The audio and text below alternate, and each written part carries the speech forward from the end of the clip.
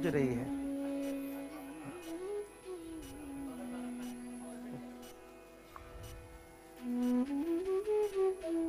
भैया श्रीमान आशुतोष जी, श्रीमान आनंद पांडे जी, इनके साथ बाराती में कई लोग हैं और पूरा मिथिला समाज जो यूपी में है, दुबई में है, आसपास है, आज सब लोग यहाँ पर इस विवाह महोत्सव के सत्र के दैनिक यजमान के रूप में यहाँ उपस्थित हैं। आप सबको सादर जय सिया राम।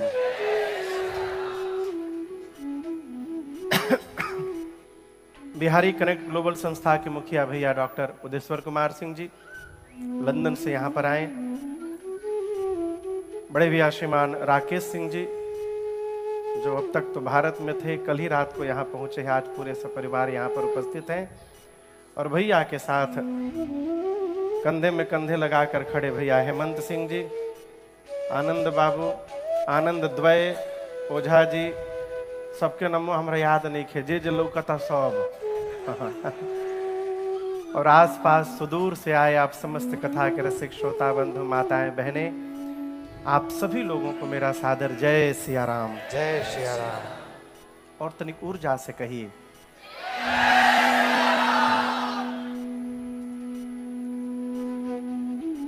साढ़े 7 बज गए आज। असल में इतना स्वागत हो गया है ना, दोपहर में भी इतना भव्य स्वागत हुआ, इतना भोजन कराया गया हम लोगों को कि हम समझ गए थे आज बारात लेट होगी। रास्ते में व्यवस्था थी ना, बारात आ रही थी, तो फिर यहाँ पहुंचे तो द्वार पर आप सबका भाव। एक बात कहें आप लोगों को, 15 वर्षों से हम लोग राम कथा गा रहे हैं, लेकिन विवाह के दिन जो उमंग यहाँ दिखाई पड़ता है दुबई में, ये उमंग कहीं नहीं दिखाई पड़ता है। हम लोग साल भर इस बारात की तैयारी करते हैं, है?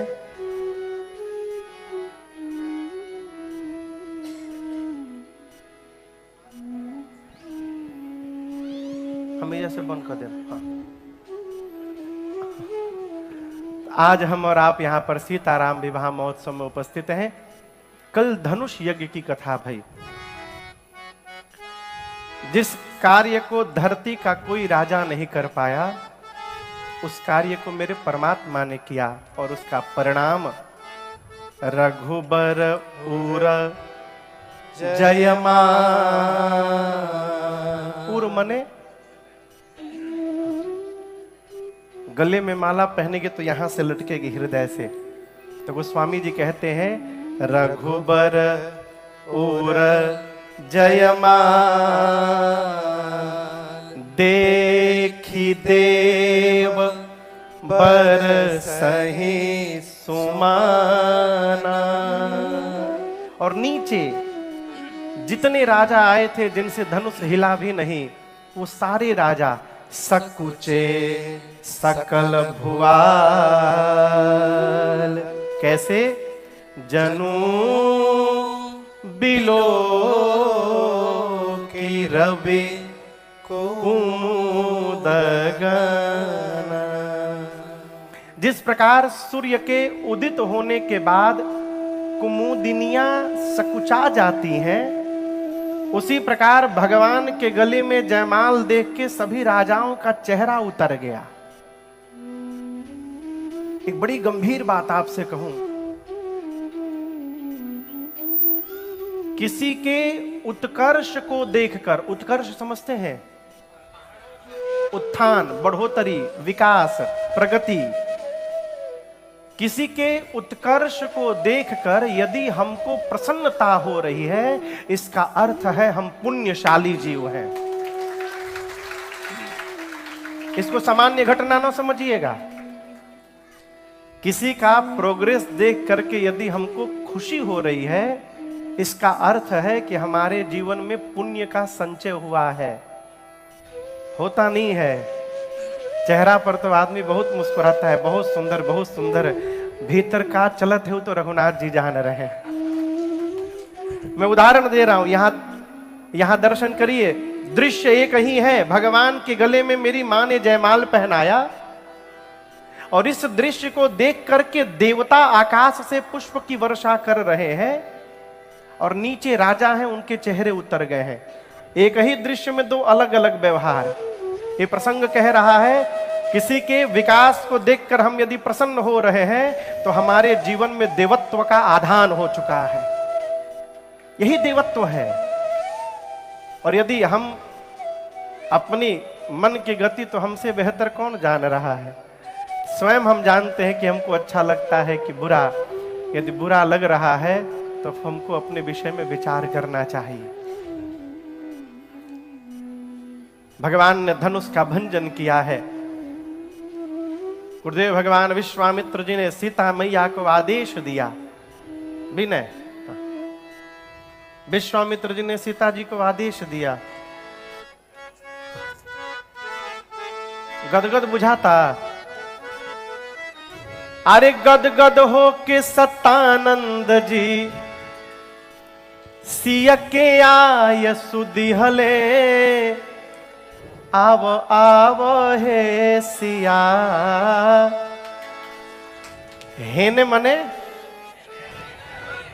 हेने आव हे सिया प्रभु के जयमाला पहिराव आव आव हे सिया प्रभु के जयमाला पहिराव हेने आव हे सिया। गदगद हो के सतानंद जी गदगद हो के सतानंद जी सिया के आय सुदिहले आव आव हे सिया। Please come here. हेने आव हे सिया प्रभु के जयमाला पहिराव आव आव हे सिया प्रभु के जयमाला पहिराव आव आव हे सिया।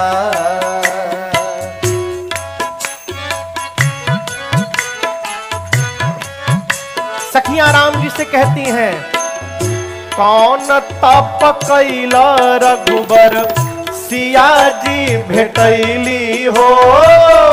कौन तप कैला रघुवर सिया जी भेटैली हो।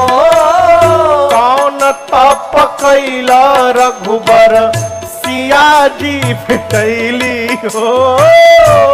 कौन तप कैला रघुबर सिया जी भेटैली मिथिलेश के धिया मिथिलेश के धिया नाही मिली है दुनिया में ऐसन दूसर दिया। नाही मिली है दुनिया में ऐसन दूसर दिया। राम जी आकर सीता जी के साथ खड़े हो गए। राम जी बड़े हैं, सीता जी छोटी हैं। सखियां कहती हैं सिया जी के आगे आपन मस्तक झुकाव हो। सिया जी के आगे आपन मस्तक झुकाव हो। सिया जी के आगे आपन मुड़िया झुकाव हो। सिया जी के आगे आपन मुड़िया झुकाव। रघुनंदन पिया रघुनंदन पिया जनिया कर देखाव हमर मन बतिया। जनिया कर देखाव हमर मन बतिया। गदगद हो के सतानंद जी गदगद हो के सतानंद जी सिया के आय सुदिहले आव आव हे सिया। आव आव हे सिया प्रभु के जयमाला पहिराव आव आव हे सिया। प्रभु के जयमाला पहिराव आव आव हे सिया। प्रभु के जयमाला पहिराव आव आव हे सिया।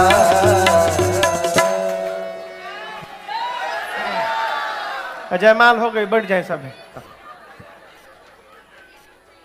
प्रभु ने मां के गले में जयमाल पहनाया और दर्शन करिए पूरे नगर में। पूर मने जनकपुर। पुर और व्योम बाजने बाजे, पुर और व्योम बाजने बाजे। खल भय मलिन साधु सब राजे, खल भय मलिन साधु सब राजे। अरे नाचहि गावहि विबुध बधोटी, नाचहि गावहि विबुध।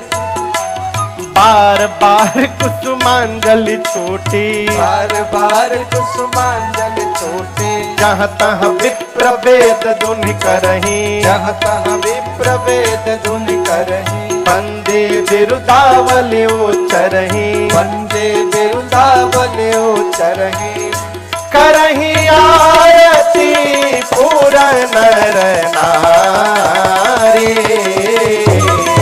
करहीं आरती पूरा नर नारी। देहि निछावरी बीतल विसारे, देहि निछावरी बीतल विसारे, देहि निछावरी बीतल विसारे। सखी आनंद महोत्सव मनाई, आरती उतारी गई, ब्राह्मण देवता वेद मंत्र का उच्चारण करते हैं। आनंद महोत्सव होने के बाद अब दर्शन करिए।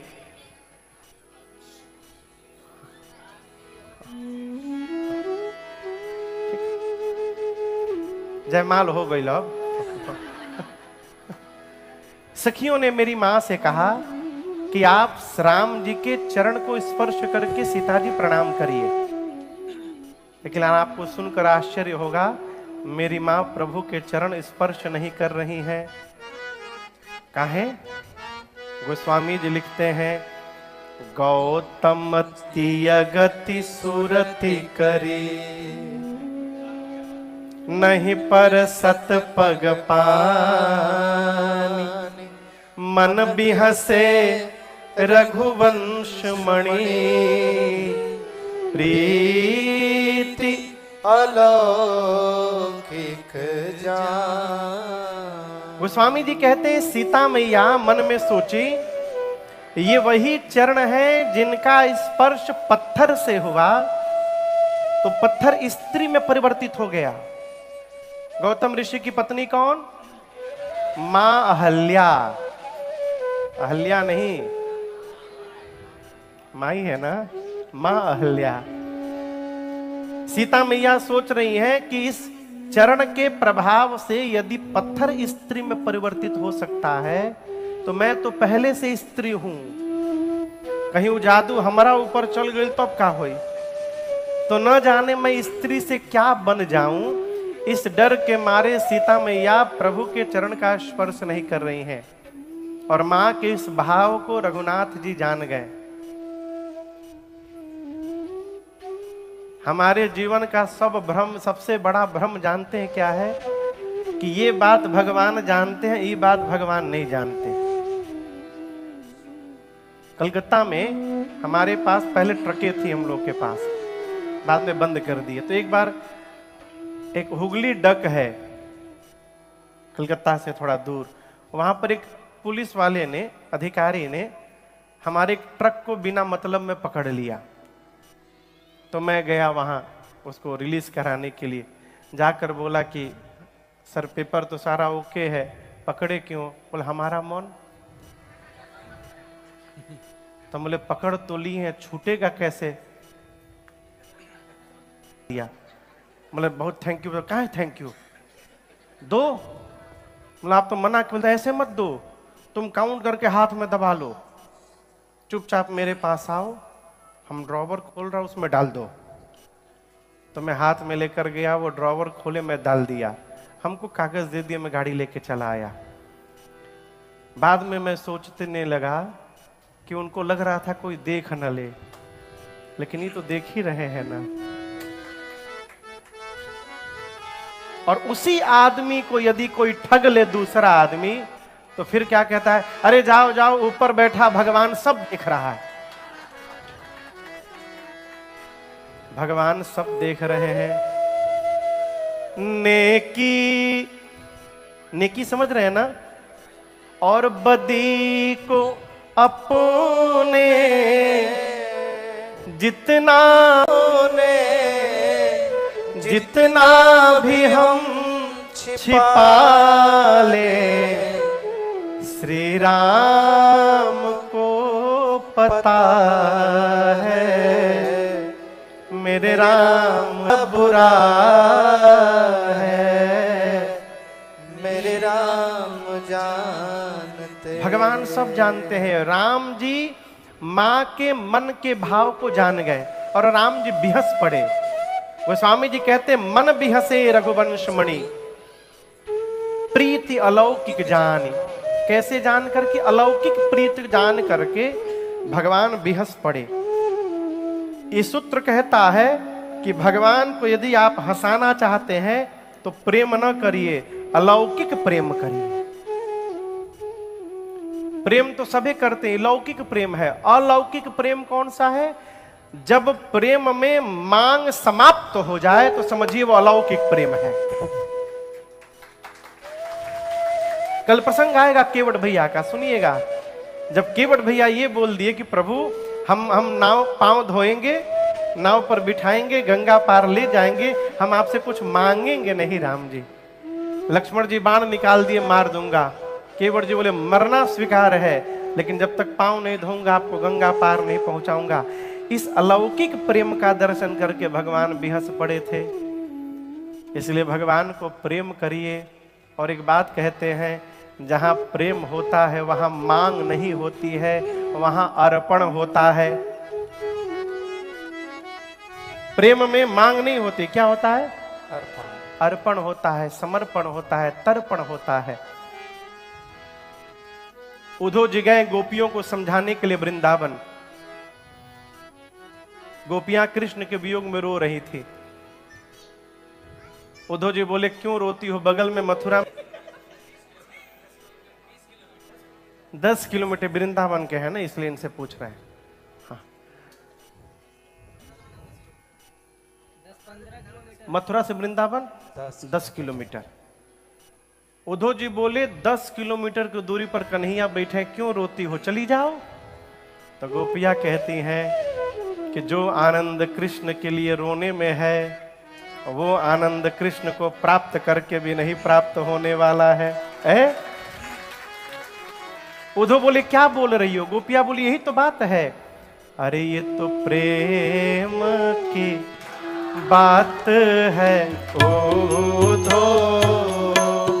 ये तो प्रेम की बात है उद्धव।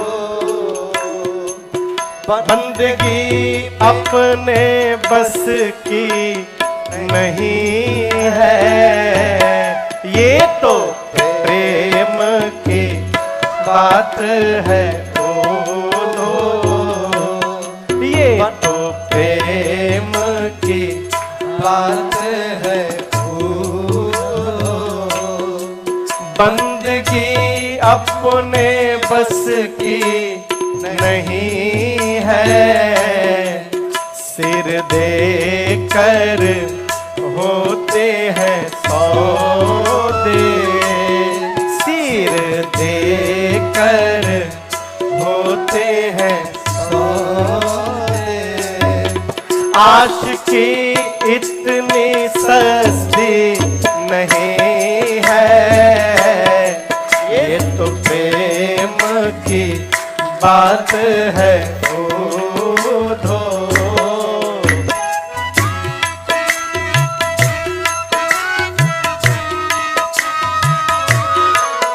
प्रेम वालों ने कब वक्त पूछा, प्रेम वालों ने कब वक्त पूछा, किसकी पूजा हो तुम करते प्यारे, किसकी पूजा हो तुम करते प्यारे। अच्छा आप बताइए, एक आदमी अपने मित्र के घर गया 7 o'clock in the morning, जाकर देखा उनके मित्र आरती उतार रहे थे। आरती हो गई तो इसने पूछा क्या कर रहे थे? बोले हम पूजा कर रहे थे, रोज सुबह 7 बजे पूजा करते हैं। उसने पूछा तुम कब पूजा करते हो? बोले हम पूजा नहीं करते, हम भगवान को प्रेम करते हैं। इसने पूछा तुम रोज करते हो 7 बजे? बोले हाँ। बोले मैं पूजा नहीं करता हूं, इसलिए टाइम नहीं देखता हूं। क्यों? प्रेम करने वाला टाइम नहीं देखता है। 7 बज गया, 10 मिनट प्रेम करना है, अब अगला प्रेम दिन में 1 बजे, रात का प्रेम 9 बजे है। प्रेम वालों ने कब वक्त पूछा, प्रेम वालों ने कब वक्त पूछा, किसकी पूजा हो तुम करते प्यारे, किसकी पूजा हो तुम करते प्यारे। यहाँ पल पल होती है पूजा हो, यहाँ हर पल होती है पूजा। सिर झुकाने की फुर्सत नहीं है, यहाँ पल पल होती है पूजा। सिर झुकाने की फुर्सत नहीं है, ये तो प्रेम की बात है। बंदगी तेरे बस की नहीं है, ये तो प्रेम की बात है।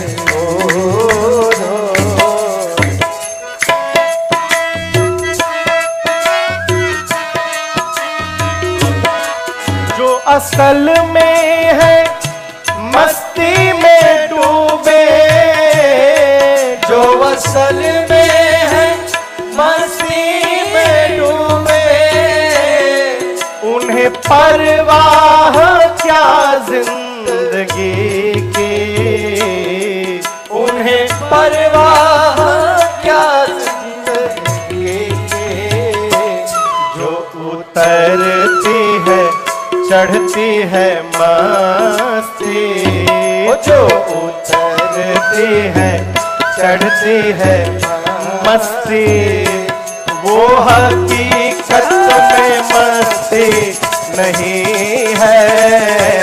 जो उतरती है चढ़ती है मस्ती, वो हकीकत में मस्ती नहीं है, ये तो प्रेम की बात है। बंदगी तेरे बस की नहीं है, बंदगी तेरे बस की नहीं है, बंदगी अपने बस की नहीं है।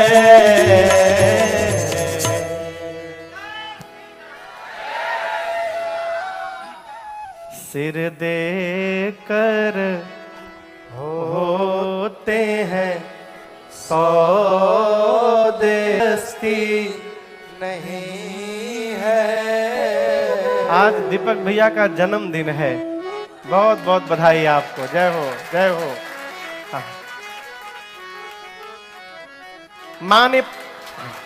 माँ ने प्रभु के चरण का स्पर्श डर के मारे नहीं किया। अब ये सब चल ही रहा था। एक बात आपको बड़ी गूढ़ बताऊं, जो आदमी कोई काम नहीं करता है वो आदमी एक काम बहुत बढ़िया करता है। पता है का? हल्ला करना।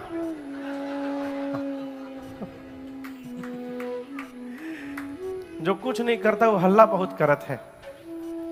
जिन जिन राजाओं से धनुष हिला तक नहीं, श्री राम जी के गले में जयमाल देख करके वो सारे राजा मानिए खूंटा तुराने लगे, जहां तहां गाल बजाने लगे।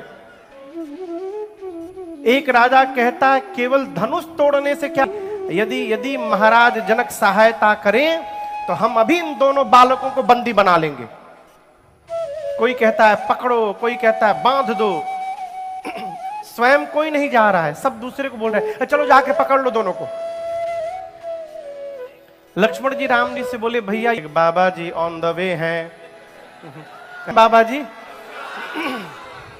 ही is on the way. Goswami ji कहते हैं ते ही अवसर सुनी शिव धनु भंगा, ते ही अवसर सुनी शिव धनु भंगा। आयऊ भृगुकुल कमल पतंगा, आयऊ भृगुकुल कमल पतंगा। देखी महीप सकल सकुचाने, देखी महीप सकल सकुचाने। बाज झपट जनो लवा लुकाने, बाज झपट जनो लवाने। जैसे धनुष टूटा, धनुष के टूटने की टंकार तीनों लोक गई थी।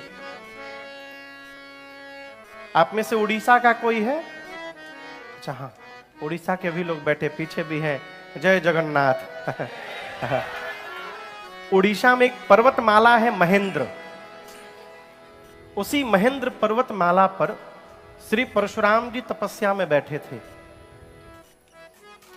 धनुष के टूटने की आवाज जब सुनाई पड़ी, आवाज सुनाई दे रही है ना? तो परशुराम जी सुनते समझ गए ये तो पिनाक के टूटने की ध्वनि है। पूरा शरीर क्रोध में तमतमा गया उनका, और उसी समय निकल पड़े मिथिला की ओर। अभी राजा सब गाल बजा रहे थे, तब तक परशुराम जी पहुंचे। परशुराम जी को देखते सभी राजा अपना अपना धनुष बाण छिपा करके और लाइन लगा के परशुराम जी को दंड प्रणाम करने लगे।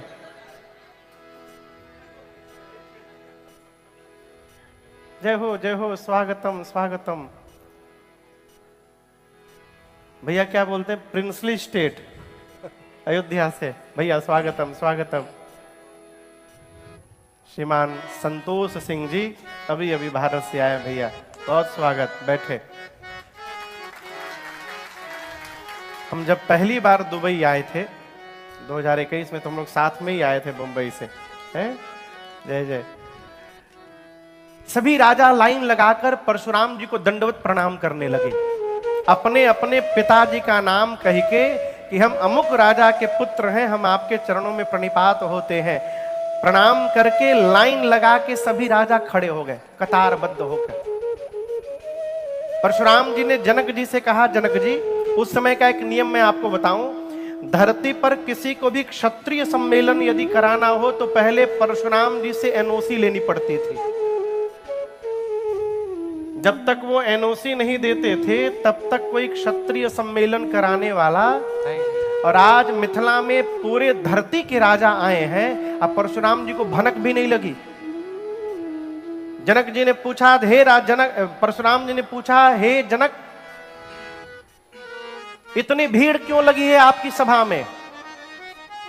जनक जी महाराज ने डरते डरते सब बताया कि मेरे बिटिया का स्वयंवर था, स्वयंवर के केंद्र में शिव का पिनाक रखा था, ये सभी राजा उसी में भाग लेने आए हैं। अभी जनक जी बताएं तब तक पिनाक के टूटे हुए भाग पर श्री परशुराम जी की दृष्टि चली गई। और गोस्वामी जी कहते हैं, देखे चाप खंड मही डारे, जैसे मानो किसी ने आग के बीच में घी झोंक दिया हो। पूरा क्रोध भड़क गया, बोले ऐ जड़ जनक, निकाल करके बाहर करो जिसने शिव का पिनाक खंडन किया है, नहीं तो जहां तक तुम्हारी राज सत्ता है संकल्प करके उतनी धरती पलट दूंगा, तुम्हारी पूरी सत्ता समाप्त कर दूंगा। निकाल करके बाहर करो। जितने राजा आए हैं धनुष तोड़ने, सब लाइन लगा के खड़े थे। एक राजा बोला कि हम जानते थे, हमको पहले से पता था कि यहां पर यह बवाल होने वाला है। तुम क्या सोचते हो, हम तोड़ नहीं सकते थे? हमारे भीतर बल नहीं है। हम जानते थे कि टूटने के बाद बवाल होगा, इसलिए हम केवल नाटक करके चले आए। बगल वाला बोला हम भी तो जानते थे कि बाबा जी पहुंचने वाले हैं, इसलिए हम वो नहीं तोड़े। अब मने मन अपने भगवान से सब राजा कह रहे धन्यवाद प्रभु, आज समझ में आया। जाहि विधि राखे राम ताहि विधि रहिए। आज समझ में आया, बहुत अच्छा किया प्रभु, आपने तोड़वाया नहीं हम लोगों से। यदि हमसे धनुष टूटा होता तो इस बाबा जी आज हमको तोड़ देते। अब डर के मारे कोई बोल नहीं रहा है, तो सबको भय में देखकर श्री रघुनाथ जी मेरे स्वयं आगे आए और प्रणाम करके बोले, नाथ शंभु धनु भंजनिहारा, नाथ शंभु धनु भंजनिहारा, होई क्यों एक दास तुम्हारा, होई क्यों एक दास तुम्हारा, आय सुकाह कही यकीन मोही, आय सुकाह कही यकीन मोही, सुनी ऋषाए बोले मुनि कोहि, सुनी ऋषाए बोले मुनि कोहि, सुनी ऋषाए बोले मुनि कोहि। राम जी जाकर ये नहीं बोले कि इस पिनाक को मैंने तोड़ा है, क्या बोले? इस धनुष को तोड़ने वाला प्रभु अवश्य आपका कोई दास होगा। इतना कहने के बाद अगली चौपाई में राम जी कहते हैं, कहिए मेरे लिए क्या आज्ञा है। ये वाक्य स्पष्ट करता है कि राम जी कहना चाहते हैं कि वो दास मैं ही हूं, कहिए क्या मुझे अनुमति है, आज्ञा है। राम जी ऐसा क्यों बोले? जीवन में मैं आपको अपनी एक घटना बताऊं। 2017 में, बैंकॉक कथा के पहले हम लोग थे मालपुरा। 2017 में मैं राजस्थान में एक बार कथा गा रहा था। टोंक एक जिला है, टोंक, मालपुरा डिग्गी मालपुरा है। तो वहां कथा में एक दिन एक बाबूजी आए। कथा प्रारंभ होती थी रात को 7 बजे, चलती थी 10:30 बजे तक। तो एक बाबूजी बहुत दूर से आए, लगभग 100-125 किलोमीटर दूर से। तो उस समय आस्था भजन पर सुबह कथा आती थी 20 मिनट, 9 से 9:20। तो कथा के पहले कमरे में आए, बोले महाराज रोज ब्रेकफास्ट करता हूं, आज डिनर करने आया हूं। तो मैं समझा नहीं उनकी बात, बाबूजी क्या बोल रहे हैं? बोले महाराज सुबह सुबह कथा 20 मिनट आती है, तो 20 मिनट में केवल मेरा ब्रेकफास्ट हो पाता है। इस समय 4 घंटा सुन के डिनर करने आया हूं यहां पर। तो बोले मैं पहले आ गया कि पहले मिल लूं, मैं कथा सुन के आरती के पहले तुरंत चला जाऊंगा, बहुत दूर जाना है। तो ठीक बाबूजी। कथा भई, कथा के बाद वो 11:15 बजे रात को कमरे में फिर आए। हमले बाबूजी डिनर हुआ? बोला हुआ तो महाराज जी, लेकिन पेट नहीं भरा। बोले आप तो जाने वाले थे। बोले जाने वाला तो था महाराज जी, लेकिन आपकी एक बात मुझे अच्छी नहीं लगी आज कथा में, सोचा आपको बताता चलूं। हमने कहा कहिए बाबूजी। तो बोले आपने कथा के बीच में एक बात कही कि मैंने किसी कथा में ये बात कही थी। इसको दूसरे ढंग से भी कहा जा सकता है कि किसी कथा में एक बात आई थी। ये जो मैंने शब्द है ना, आपको है नहीं, लेकिन सुनने वाले को अभिमान लगता है। मैंने उनको प्रणाम किया, कहा बाबूजी आज के बाद मैं इस बात का सदैव ध्यान रखूंगा। कितनी बड़ी बात बोल गए। बोले महाराज जी हमारे गुरुजी कहते हैं श्री हनुमान चालीसा भी क्यों न याद हो, उसको भी बिना देखे नहीं पढ़ना चाहिए। क्यों? जब हम बिना देखे पढ़ते हैं तो मन में ये भाव रहता है कि हमको तो याद है। आप देखिएगा प्रैक्टिकल एकदम, सुंदरकांड का पाठ हो, जिसको सुंदरकांड याद होता है ना, वो बहुत जोर जोर से बोलता है। जामवंत के वचन सुहाए सुनि हनुमंत हृदय। वो पढ़ता भी है, सबका मुंह भी देखता है। कहे लोग जाने कि हम बिना देखे पढ़ रहे हैं, हमको याद है। अब बोले महाराज जी यदि पढ़ते समय ये भी भाव आ गया कि हमको तो याद है, यही अभिमान है। और यदि अभिमान हो गया तो पढ़ने का कोई मतलब नहीं। उनकी बात मुझे अब तक याद है। बोले कितना भी याद क्यों ना हो, देख करके पढ़ना चाहिए, उससे अभिमान नहीं आएगा कभी कि हमको याद है। और दूसरी बात, देख करके पढ़ेंगे तो अशुद्ध नहीं होगा। एक बार यदि गलत याद हो गया तो फिर वो छूटने वाला। दिल्ली की एक माई अब तो नहीं रही, भगवान के धाम चली गई, वो जीवन भर यही बोलती रही, तुम राक्षस काहू को डरना।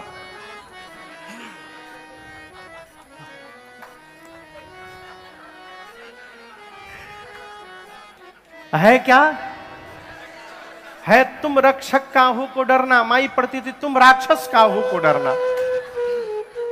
ये क्या है? गलत याद हो गया, वो गलत ही रहेगा, इसलिए देख करके पढ़िए। भगवान इस मैं से बचते हैं। राम जी नहीं बोले कि मैंने तोड़ा है, क्या कहा? आपके किसी दास ने तोड़ा है। आप भी प्रयास करिए मैं न कहना पड़े। ये मैं बहुत खतरनाक है। एक चिड़िया है मैना, के जानत है मैना के? कबीरदास जी कहते हैं मैना ने मैं ना कहा। मैना क्या बोलती है? Not me. मैना, मैना ने मैना कहा, तुम मूल भयो 10-20। और बकरे ने मैं कहा, तो कबीर कटायो शीश। है हमारे भारत में हरिद्वार में एक महापुरुष हुए पूज्य श्री भिक्षु जी महाराज। उनका नाम था पूज्य श्री गीतानंद जी महाराज, उपनाम भिक्षु जी है।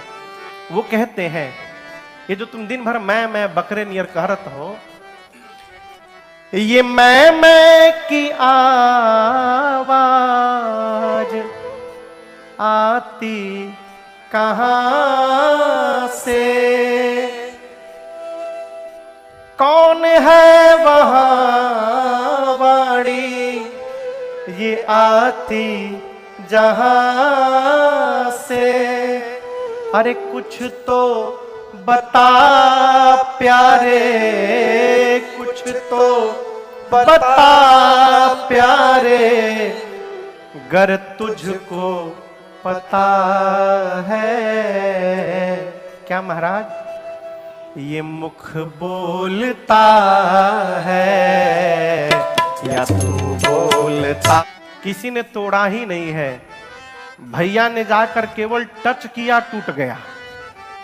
छुवत टूट रघुपति ही न दोष, रघुपति ही न दोष। भैया का कोई दोष नहीं, भैया ने छुआ टूट गया। परशुराम जी बोले तू मुझे जान नहीं रहा है, तुझे नहीं पता तू किससे बात कर रहा है।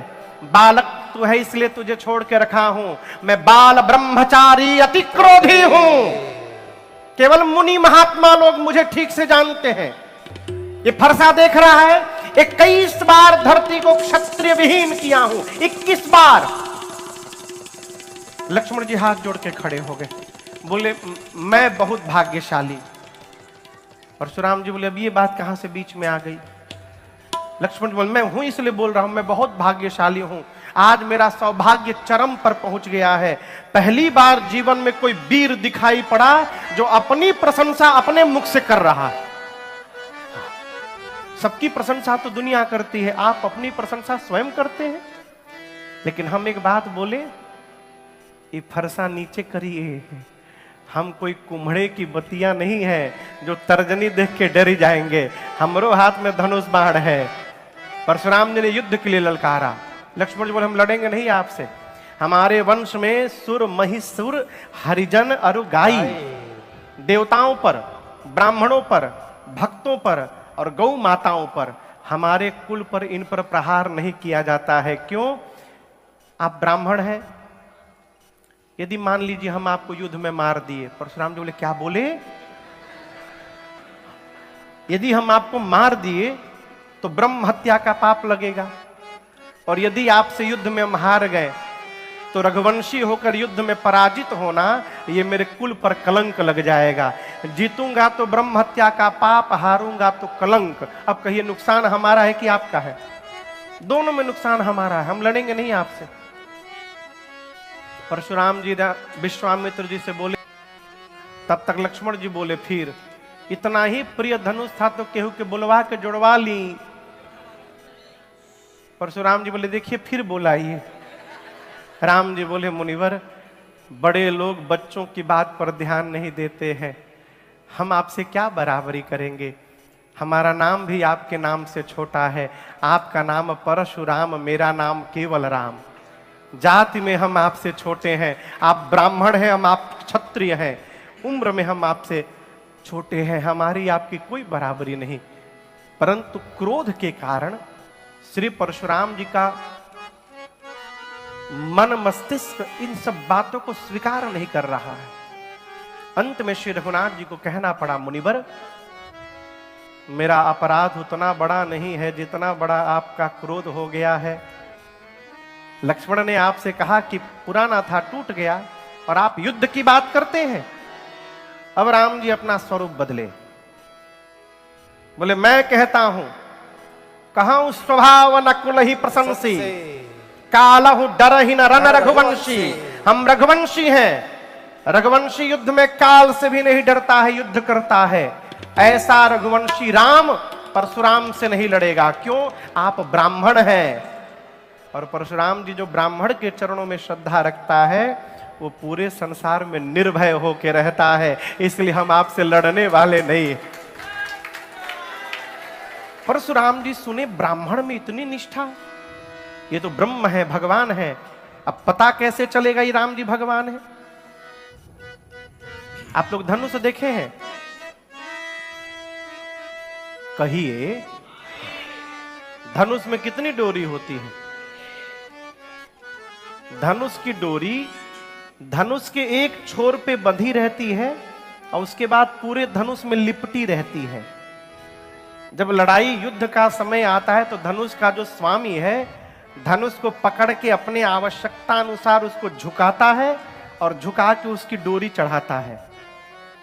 ठीक ना? जिसका धनुष है उस पर डोरी वही चढ़ा सकता है। दूसरे के गाड़ी को खूब जल्दी नहीं चलाना चाहिए। का पता ओकरा में ब्रेक बाकी नहीं के का मालूम। आप लेके निकल गए, किसी के घर में जाना चाहिए तो फोन बजे तो फोन नहीं उठाना चाहिए। हाँ, फोन में मान ली कोई तगादा करने के लिए फोन कर दिया, उधारी मांगने के लिए। किसी घर बैठे हैं और डोर बेल बजे तो जाके गेट नहीं खोलना चाहिए तुरंत। भाई कौन आया आपके, किसको मालूम किसके लिए खोलना है नहीं खोलना है। हमारे एक भैया है कहते हैं कि दूसरा के तिलक में जाकर नाश्ता का पाकिट नहीं चलाना चाहिए। किसी के तिलक में आप गए हैं प्रोग्राम में तो वहां पर मिठाई का पाकिट नहीं बांटना चाहिए। क्यों? कितना पाकिट बना है आपको कैसे पता? वो तो घर वाले जानते ना। लिया पानी पियोने वो नहाइए नहीं कहे।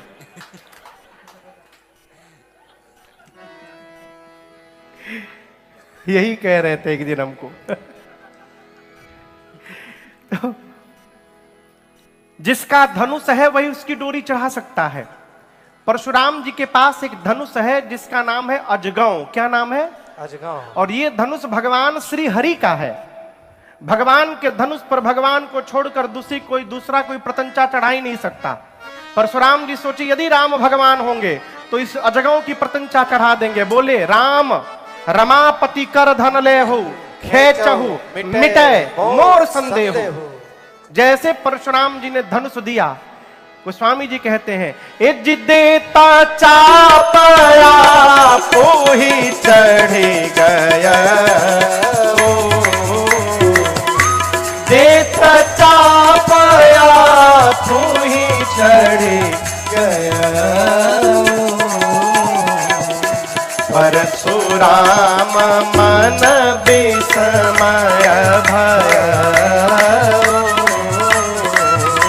परशुराम मन विस्मय भय, परशुराम मन विस्मय भय। गोस्वामी जी कहते हैं देत चाप, यहां मानस जी में यहां पर वो प्रिंटिंग अशुद्ध है। यहां लिखा है देत चाप आप ही चली गयो, चली गयो नहीं है, देत चाप आप ही चढ़ी गयो। राम जी जैसे धनुष हाथ में पकड़े, उसको झुकाना नहीं पड़ा। राम जी के हाथ में जाते उसकी डोरी अपने आप धनुष पर खिंच गई, चढ़ गई। ये दृश्य देखते परशुराम जी को विस्मय हुआ। हाथ जोड़कर 9 बार राम जी की जय जयकार की है परशुराम जी, और क्षमा याचना करके कि प्रभु अज्ञानता के कारण मैंने बहुत अनुचित कह दिया आप दोनों को, क्षमा हो क्षमा मंदिर दो भ्राता, मेरे अपराध को क्षमा करिए नाथ। क्षमा याचना करके परशुराम जी वापस तपस्या करने चले गए। परशुराम जी के जाने के बाद सब लोग शांति की सांस लिए, चैन की सांस लिए। विश्वामित्र जी ने जनक जी से कहा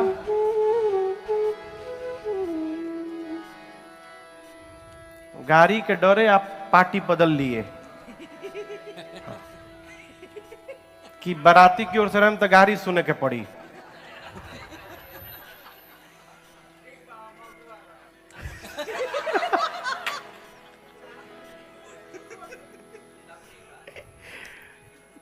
विश्वामित्र जी ने जनक जी से कहा कि टूटत ही धनु भयो विवाहो, धनुष टूटने के साथ विवाह तो हो गया। यहां एक बड़ी अच्छी बात मैं आपसे निवेदन करूं। गोस्वामी जी कहते हैं किसी के भी घर में जाकर के ना राय नहीं देना चाहिए, ये मर्यादा है। विश्वामित्र जी ये नहीं बोले कि आप ये काम करिए, दूत भेज दीजिए, तैयारी करिए, नहीं। विश्वामित्र जी बोले महाराज धनुष टूटने के साथ विवाह तो हो गया, लेकिन अब वंश परंपरा के अनुसार आपको विवाह करना चाहिए। जनक जी बोले क्या आज्ञा है मेरे लिए?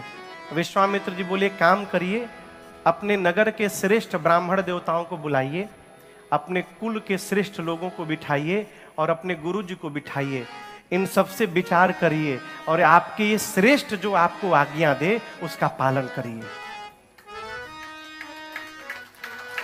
किसी के भी घर में जाकर स्वयं राय न दीजिए, आप कहिए कि आप अपने घर के बड़ों से विचार करिए, आपके घर के श्रेष्ठ जो आपको आज्ञा दे आप उसका पालन करिए। इससे क्या होगा? श्रेष्ठ का सम्मान बना रहेगा। यहां गोस्वामी जी कहते हैं कहा तदपि जाई तुम, फिर भी आप जाकर करहु अब करिए, क्या करिए? जथा वंश व्यवहार। कैसे पता चलेगा क्या है? तो बूझी मने पूछ कर, विप्र कुल वृद्ध गुर वेद विदित आचार। श्री जनक जी महाराज ने श्रेष्ठ जनों को बुलाया, मंत्रणा भई, और यही निष्कर्ष निकला कि दूतों को पत्र देकर अयोध्या भेजा जाए, जिससे महाराज दशरथ बारात लेकर के मिथिला आवे। अयोध्या में दूत पहुंचे। कहां के दूत? बाबा कहते हैं पहुंचे दूता रामपुर पावन, पहुँचे दूत रामपुर पावन, हर से नगर दिलों की सुहावन, हर से नगर दिलो। आप तो दूत है ना, हो सकता है वहां तक आपकी पहुंच न हो। हम पहचान बता रहे हैं। विश्वामित्र के साथ गए होंगे, दो भाई होंगे, हाथ में धनुष बाण लिए होंगे, बहुत कम उम्र है अभी, एक सांवले हैं गोरे हैं। कुछ याद आ रहा है? वो दोनों कुशल है ना? दूत कहते हैं महाराज आप अपने बच्चों की कुशलता न पूछिए, आपके बच्चे मिथिला में गए तो उनके जाने से आज मिथिला का कुशल हो गया है महाराज, पूरे जगत का कुशल हो गया है, आप उनकी कुशलता न पूछिए महाराज। इतनी प्रशंसा किए दूत। कहते हैं कि आज आपके राम के प्रकाश के आगे सूर्य का प्रकाश भी धूमिल हो गया है। जिनके जस प्रताप के आगे शशि मलिन रवि शीतल लागे। आप अपने राम की बात न पूछिए महाराज, आपके राम ने आज जगत का कुशल कर दिया है। चक्रवर्ती जी महाराज सुने, इतने आनंद में आए, गले में हीरो का हार पड़ा था, तुरंत निकाले और दूतों पर न्यौछावरी लुटा दिए। दूतों ने हार को उठाया, सिर पे लगाकर प्रणाम किया और महाराज के चरण में रखकर कान पकड़ लिया। कहा महाराज कही अनीति ते मुदहि काना। बोले महाराज हम लोग मिथिला से आए हैं,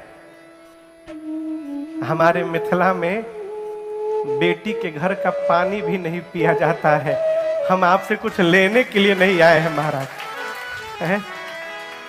दशरथ जी महाराज बोले बेटी तो जनक जी की है, आपकी तो है नहीं, आप तो ले सकते हैं, दूत हैं आप। दूत बोले महाराज आपने सत्य कहा कि हमारी किशोरी जी हमारे महाराज श्री जनक जी की लाडली हैं, लेकिन आपको जो नहीं पता है महाराज, हमारी सिया जी ने आज तक कभी हम लोगों को नाम लेकर के नहीं पुकारा है।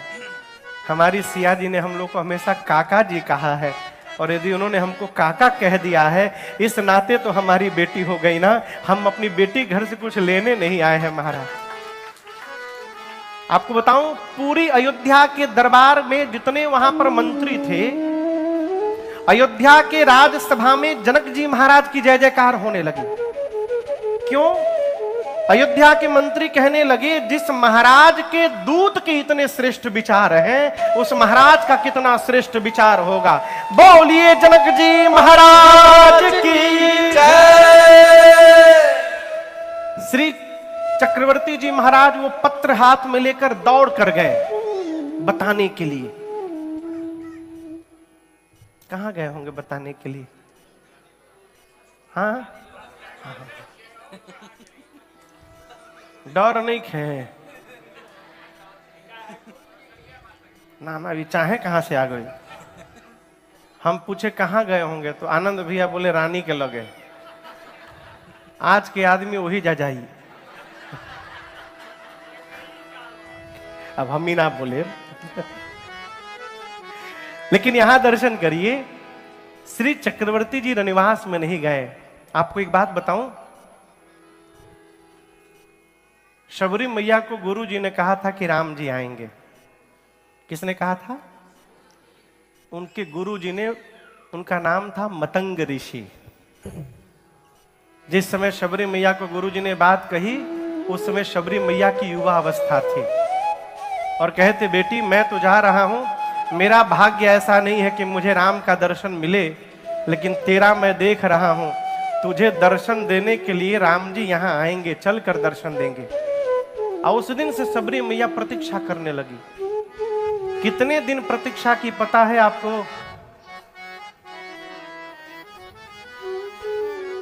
कितने दिन प्रतीक्षा की? 10,000 साल। कितना दिन? 10,000 साल।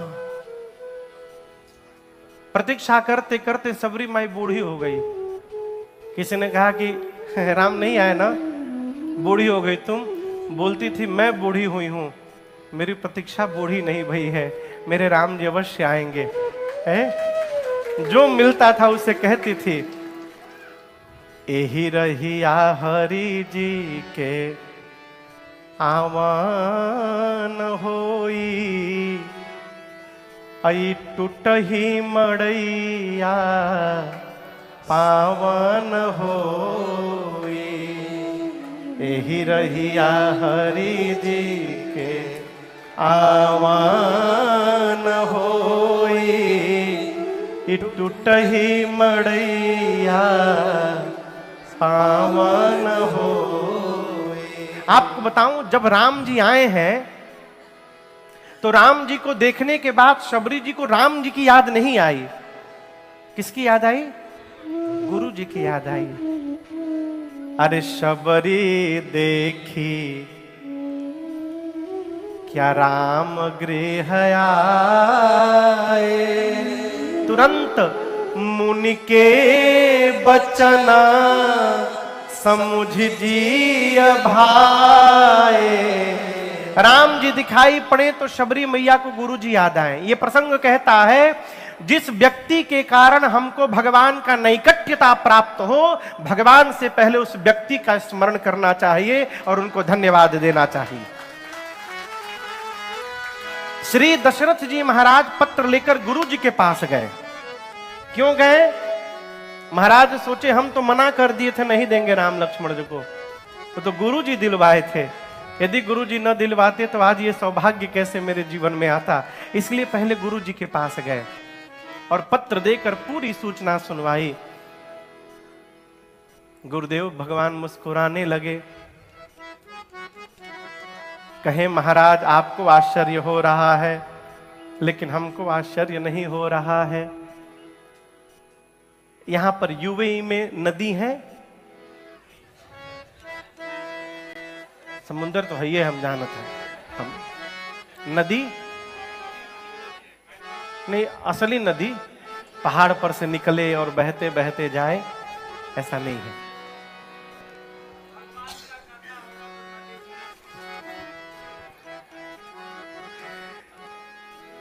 अच्छा आप बताओ, क्या कभी किसी समुद्र ने नदी को बुलाया है अपने पास? इनविटेशन दिया? नहीं। नदी निकलती है और दिन रात दौड़ते दौड़ते अपने आप समुद्र में चली जाती है। गुरुदेव भगवान वशिष्ठ जी कहते हैं, जिमि सरिता सागर महू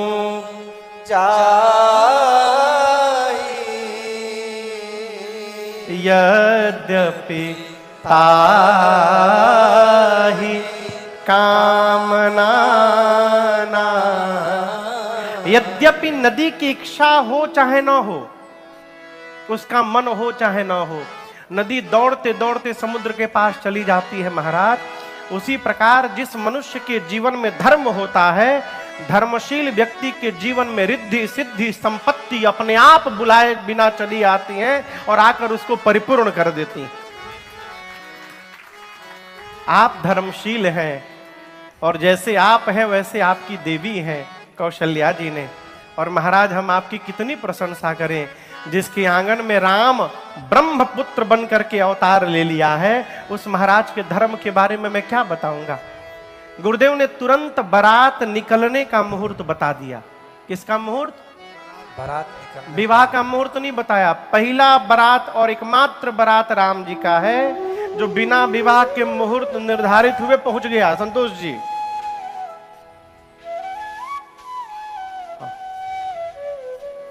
आस्था वही कर रहा। गुरुजी ने बारात के निकलने का मुहूर्त बताया। अब महाराज जाकर निवास में बताएं। माताएं आनंद में आ गईं। कौशल्या मैया ब्राह्मणों को बुलाकर दान देने लगी। सुमित्रा मैया चौक पुरने लगी द्वार पर, और कैकेयी मैया बारात की तैयारी करने लगी। कौन सी सामग्री जाएगी, कौन क्या पहनेंगे। बारात सज के तैयार हुई। एक रथ पर गुरुजी बैठे, बगल के रथ पर महाराज बैठे। ऐसा लग रहा है मानिए देव गुरु बृहस्पति देवराजेंद्र के साथ साक्षात धरती पर उतर गए हो। भरत जी शत्रुघ्न जी अपने अपने वाहन पर, रथ पर, अश्व पर आरूढ़ हुए। मिथिलावासी एक एक बराती के पास 10-10 सूटकेस कपड़ा है। कितना कहे जानते नहीं सब है, कब रिटर्निंग बा केहू के नहीं मालूम, कितने दिन वहां रहना है, रिपीट थोड़े हुई। कोई हमसे कल कह रहा था कि महाराज जी कथा होती है दुबई में, लेकिन आपको बतावें महीना दिन पहले से तैयारी चलती है घर के भीतर। माता जी लोग का पहिलका दिन है लालका साड़ी पहिनेम, दूसरका दिन हरियरका पहिनेम, वो दिन है बैगनी रंग के पहिनेम। 9 दिन कौन कौन साड़ी पहने हुआ पहले से पूरा प्लानिंग बा, रिपीट नहीं हो सकत। उसी प्रकार अयोध्या से बाराती गए हैं। बबुआ बैठे बैठे, स्वागतम, बैठे बैठे। ये हमारे दामाद जी हैं, अभी अभी जो शादी हुई है बिटिया की मेरे। ऊपर बैठा बाबू, ऊपर बैठे। अरे दामाद है आप। हाँ। वो गाना है ना, अरे दामाद जी मोरे अंगना में पधारो, दामाद जी अंगना में पधारो। जय हो। तो बारात सच की तैयार हो गई। आप में से बाराती के हो? आप ना उठाइएगा।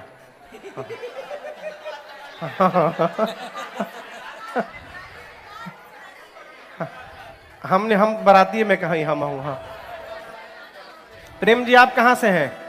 देखिए अमेरिका से भी बाराती आए हैं, वहां पर बैठे हैं। हाँ कुछ मॉरिशस वाले भी होंगे। कहाँ है? उधर पीछे बैठे हैं। कहां से आए हैं? भारत से भी, हाँ इंडिया से भी आए हैं बाराती। देखिए तो बारात सज के तैयार हुई। बोलिए दुल्हा सरकार की जय। श्री राम जी की अजब बारात अवध से मिथिला चले। श्री राम जी की अजब बारात अवध से मिथिला चले। श्री राम जी की अजब बारात अवध से मिथिला चले। श्री राम जी की अजब बारात अवध से मिथिला चले। मिथिला चली हो, मिथिला चली है, मिथिला चली हो, मिथिला चली है, मिथिला चली हो, मिथिला चली है, मिथिला चली हो, मिथिला चली है। श्री राम जी की, श्री राम जी की, श्री राम जी की अजब बारात अवध से मिथिला चले। श्री राम जी की अजब बारात अवध से मिथिला चले।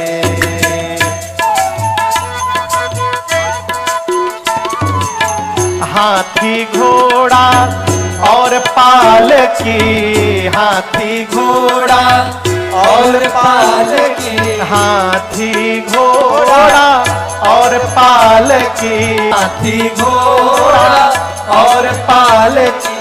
चढ़ी चढ़ी अवध इतरात अवध से श्री राम जी की अजब बारात अवध से मिथिला चले।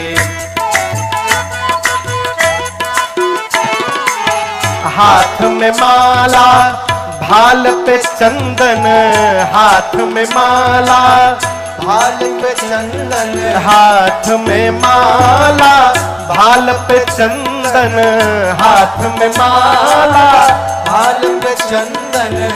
सब दाढ़ी वाले दिखात अवध से मिथिला चले।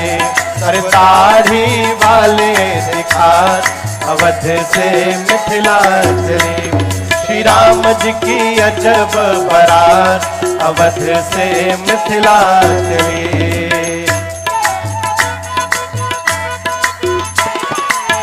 यह बारात सब भांति मनोहर, यह बारात सब भांति मनोहर यह बारात सब भांति मनोहर, यह बारात सब भांति मनोहर नहीं दुल्हा है साथ अवध से मिथिला चले, अरे नहीं दुल्हा है साथ अवध से मिथिला चले। श्री राम जी की अजब बारात अवध से मिथिला चले।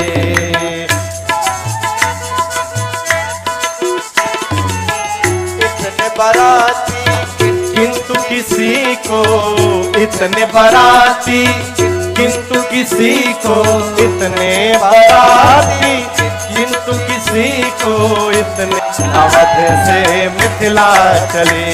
अरे नहीं विवाह तिथि ज्ञान अवध से मिथिला चले। श्री राम जी की अजब बारात अवध से मिथिला चले।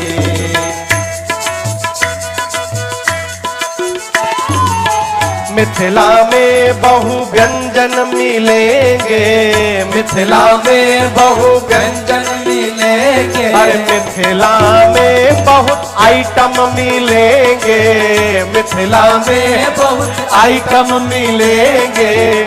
यहाँ मरी गए सतुआ खात अवध से मिथिला चले। अरे मरी गए सतुआ खात अवध से मिथिला चले। श्री राम जी की अजब बारात अवध से मिथिला चले।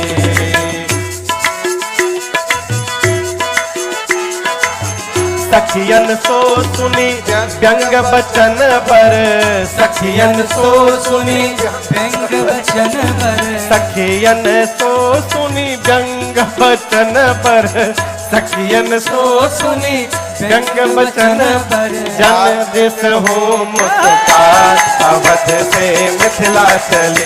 अरे राजेश हो मुस्कान अवध से मिथिला चले। श्री राम जी की अजब बारात अवध से मिथिला चली।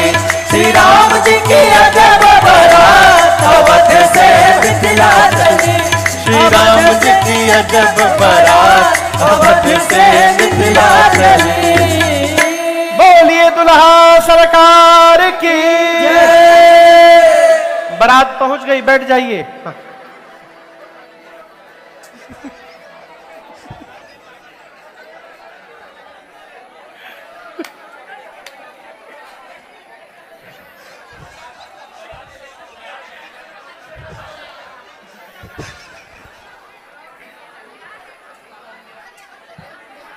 बैठिए बैठिए, बारात पहुंच गई। कुली जगहिए गड़बड़ा गई।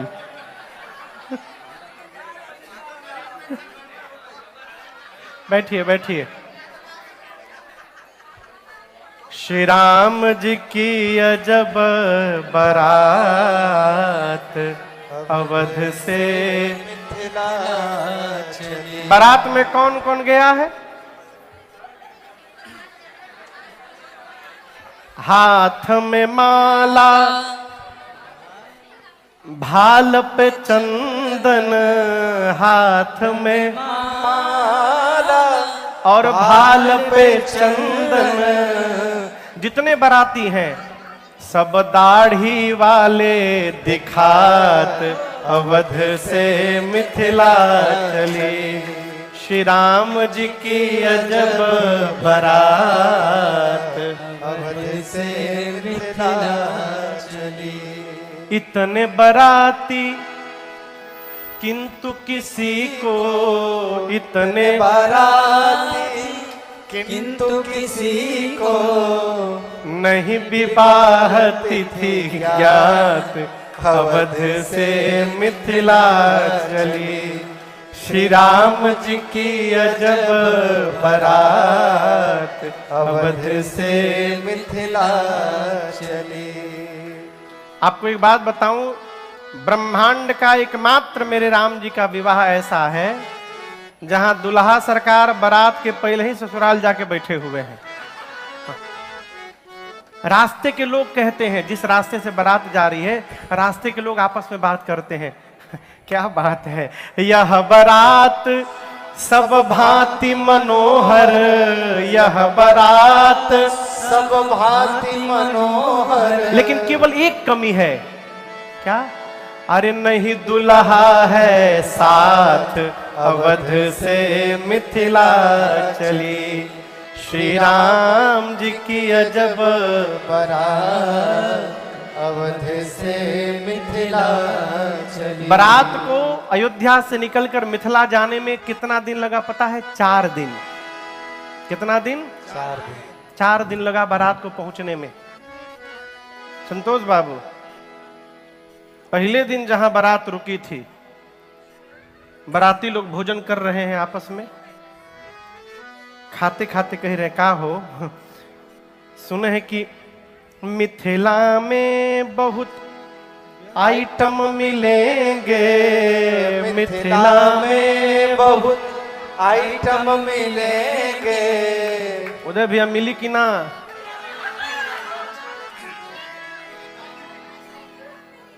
उधर ये मेरी ना मिली। मिथिला में बहुत आइटम मिलेंगे, यम जी की अजब बारात, अवध से मिथिला चली। 4 दिन में बारात अयोध्या से चलकर मिथिला पहुंची। गोस्वामी जी कहते हैं, प्रथम बारात लगन ते आई। प्रथम बारात लगन ते आई। आते पुर प्रमोद अधिकाई। आते पुर प्रमोद अधिकाई। ब्रह्मानंद लोग सब लहाही। ब्रह्मानंद लोग सब लहाही। बड़ो दिवस निधि विधि सन कहाही। बड़ो दिवस निधि विधि सन कहाही। बड़ो दिवस निधि विधि सन कहाही। गोस्वामी जी कहते हैं, श्री जनक जी महाराज ने जब अयोध्या के समाज का स्वागत किया है तो ऐसा लग रहा है कि मानिए 2 सिंधु आपस में मिलन कर रहे हो। आवत जानी भानुकुल केतु, सरितन जनक बधाए सेतु। अयोध्या से लेकर मिथिला तक जितनी नदियां पड़ी बीच में, श्री जनक जी महाराज ने बारातियों के लिए सभी नदियों पर सेतु बनवा डाले। स्थान स्थान पर जनक जी ने व्यवस्था की। बारात पहुंची है, भव्य स्वागत हुआ है बारात का। जनवासा समझते हैं? देखिए गोस्वामी जी की लेखनी का मिलान दर्शन करिए। विश्वामित्र जी जब राम जी को लेकर आए हैं, उसके बाद आज दशरथ जी को राम जी मिले हैं, ठीक ना? उस प्रसंग का और इस प्रसंग का मिलान दर्शन करिए। जिस समय दशरथ जी महाराज ने राम जी को दिया विश्वामित्र जी को, तो क्या कहा? महाराज ने कहा कि मुनिवर, आप ये ना समझिएगा कि मैं अपने बच्चों को दे रहा हूं, आप ये समझिएगा कि दशरथ ने अपना प्राण निकाल करके आपको दे दिया है। वहां चौपाई है, मेरे प्राणनाथ सुत दो। ये दोनों मेरे प्राण हैं। आज जब जनवासे में राम जी आकर दशरथ जी से मिले हैं, तो गोस्वामी जी कहते हैं दशरथ जी को कैसा लगा है कि मानो मृतक शरीर प्राण जनु भेटे। प्राण निकलने के बाद शरीर मृतक हो जाएगा। जब राम जी को गले लगाया महाराज ने, तो गोस्वामी जी कहते दशरथ जी को ऐसा लगा मानो मृतक शरीर को वापस प्राण प्राप्त हो गया हो। प्रभु को खूब जोर से हृदय से लगाया महाराज ने। श्री जनक दशरथ जी महाराज ने विश्वामित्र जी को दंडवत किया है। राम जी पूरे समाज से मिले हैं और इस दृश्य को मिथिलावासी देख रहे हैं।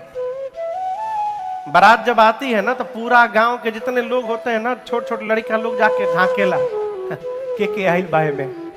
तो जनवासी में लोग देख रहे हैं, और देखने के बाद लोग जब वापस चल रहे हैं ना, तो गोस्वामी जी कहते हैं कि ब्रह्मानंद से परिपूर्ण हो चुके हैं। ब्रह्मानंद लोग सब लहे, और चलते चलते मिथिलावासी ब्रह्मा जी से कह रहे हैं, ब्रह्मा जी आप एक और उपकार करिए।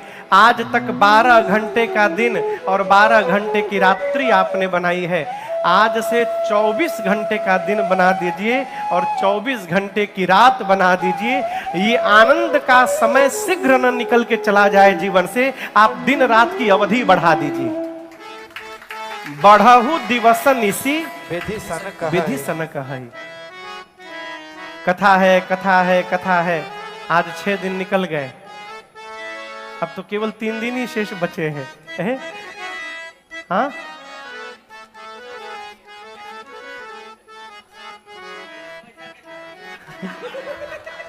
रघुनाथ जी है। अरे सारे जहां के मालिक तेरा ही आसरा है, सारे जहां के मालिक तेरा ही आसरा है।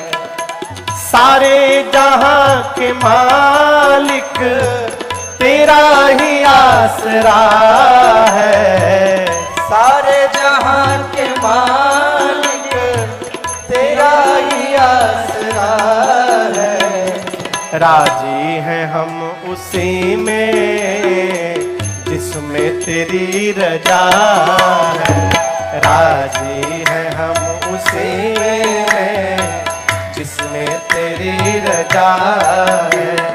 सारे जहां के मालिक तेरा ही आसरा है।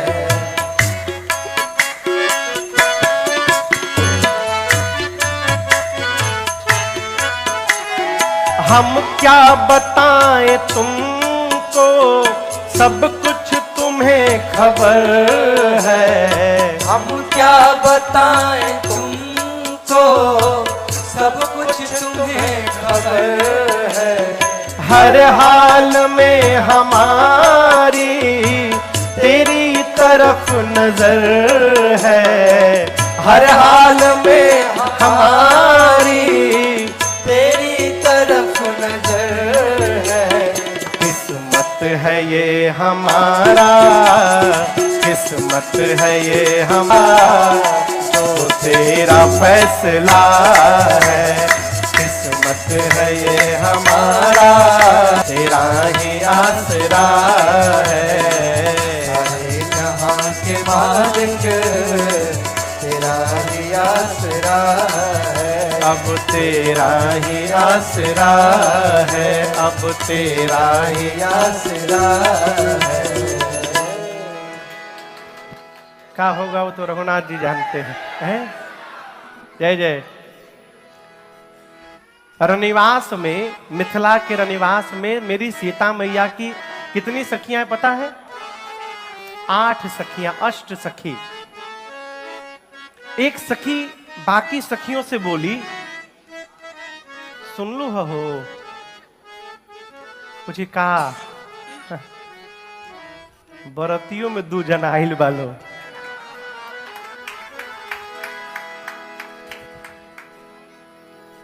दूसर की बोली हम इसके आगे का बता दें। कहा उसमें भी एक सांवला है और एक गोरा है। तीसर की बोली हम तेकरा आगे के जानता नहीं। का जानती हो? बोली संवरकू के नाम भरत है, गोरकू के नाम शत्रुघ्न है। चौथी बोली हम एक आगे बता दी। क्या बताओ? तो बोली विश्वामित्र जी के साथ जो 2 आए हैं, अब बारात में जो दोनों आए हैं, ये चारों खास अपने भाई हैं, आपन भाई। जैसे सखियां सुनी कि चारों आपस में भाई हैं, सभी सखियां अपना अपना आंचल फैलाकर ब्रह्मा जी से भीख मांगने लगी। हे ब्रह्मा जी कृपा करिए, बारात भले एक के लिए आई हो, लेकिन आप ऐसा कोई चक्कर चलाइए कि चारों भाइयों का विवाह मिथिला में हो जाए, एजा से केहू कुंवार लौट न पावे अयोध्या।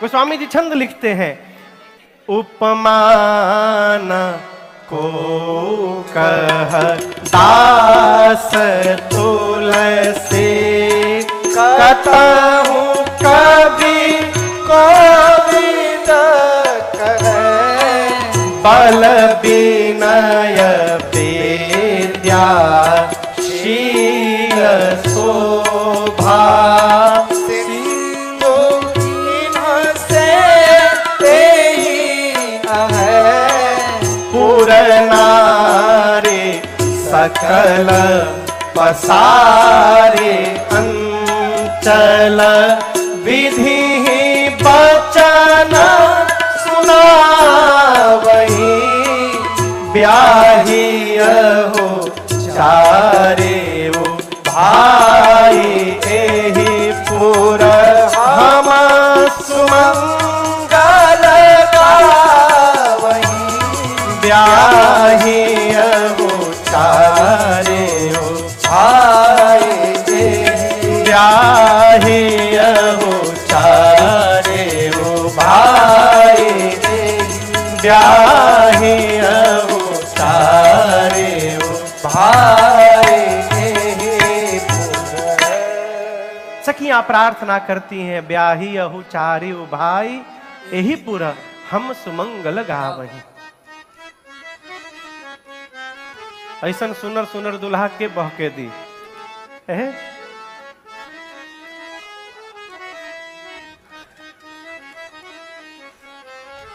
आपको पता है बहुत सारे लोग बिहार के हैं, बिहार में कुछ जगह पर आज वो पकड़ुआ ब्याह होता है, मिथिलों में होता है।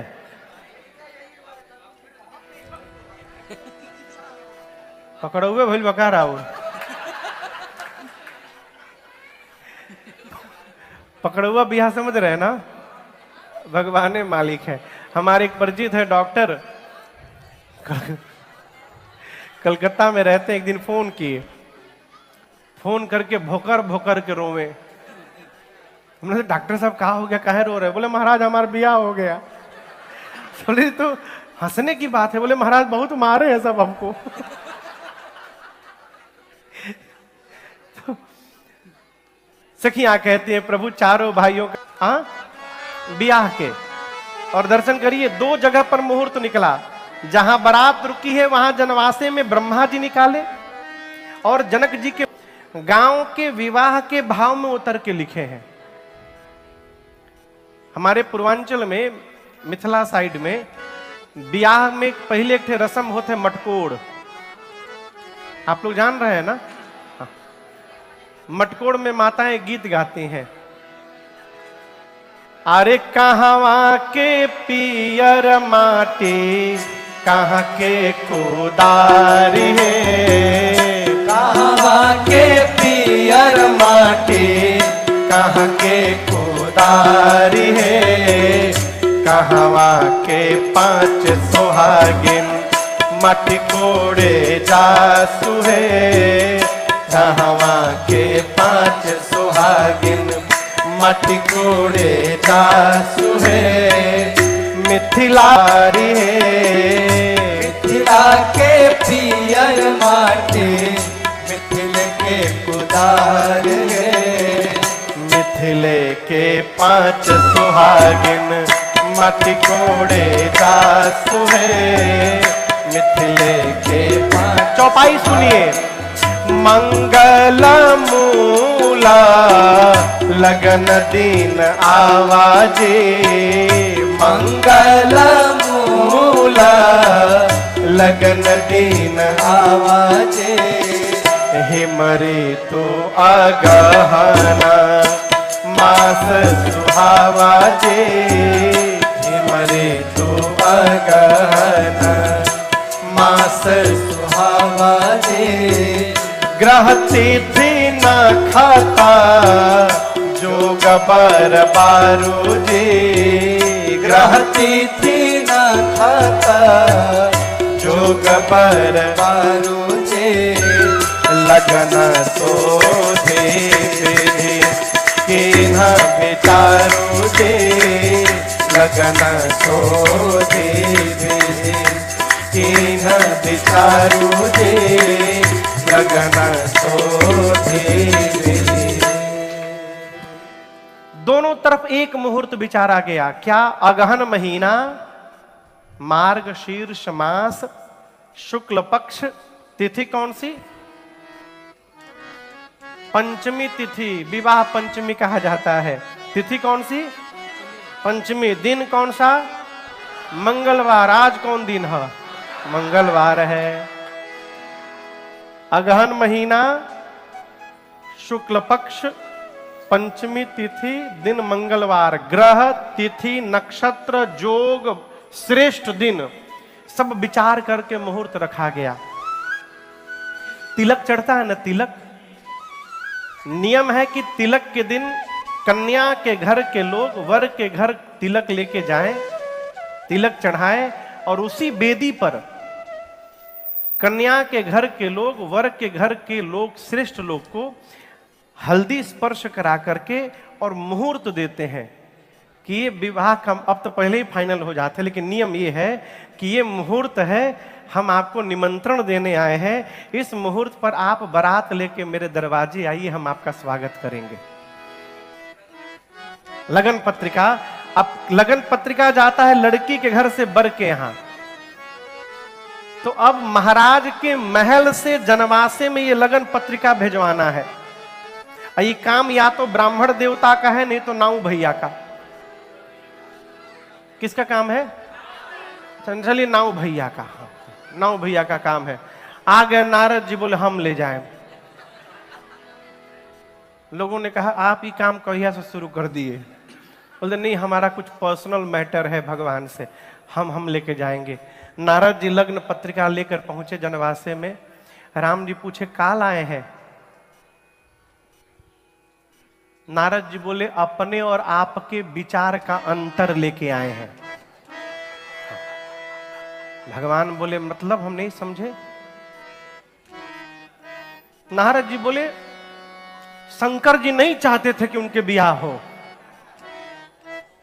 मना किए थे कि उचित नहीं हमारा ब्याह करना, तब वो आप करवा दिए, जबरदस्ती करवा, वो नहीं चाहते थे उनकर करवा दिए। हम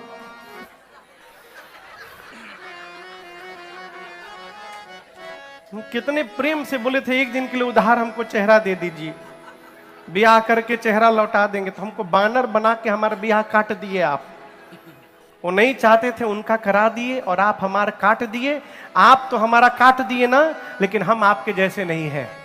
देखिए आपके विवाह का मुहूर्त लेके घूम रहे हैं, इसमें आपके विवाह का मुहूर्त लिखा है।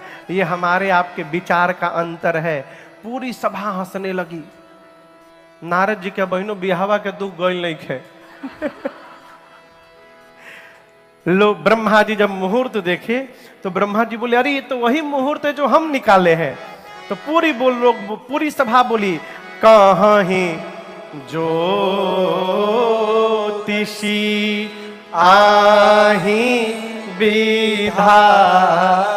लोग विधाता ब्रह्मा जी से विनोद करने लगे, ब्रह्मा जी नौकरी खतरे में बा बराबर।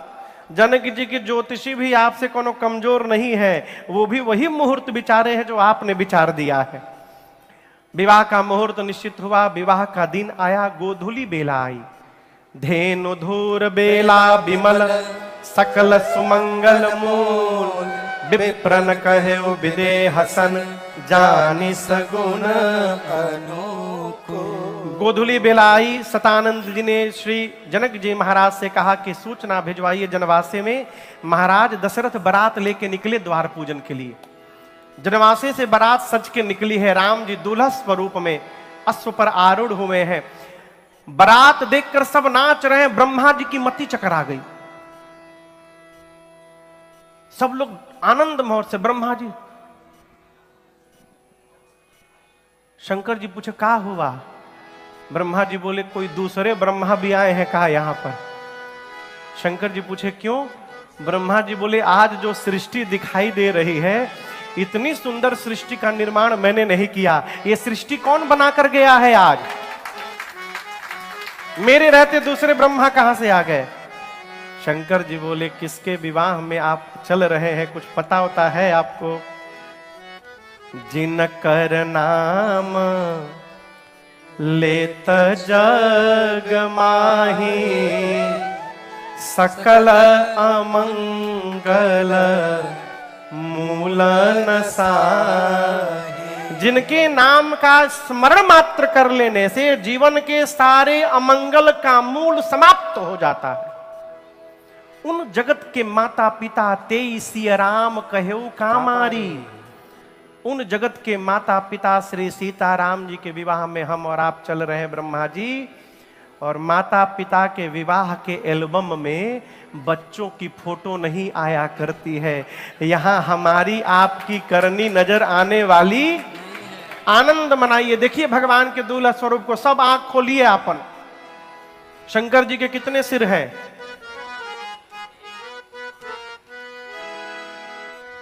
बोली सब है, बोलिए कोनो न कोनो तो लगिए जाइयो में। कितने मुख है? 5। तो शंकर जी अपने 15 नेत्र खोल करके राम जी को देख रहे हैं। शंकर जी के पुत्र हैं कार्तिकेय भगवान, मां पार्वती की गोद में बैठे हैं। इनके कितने मुख हैं?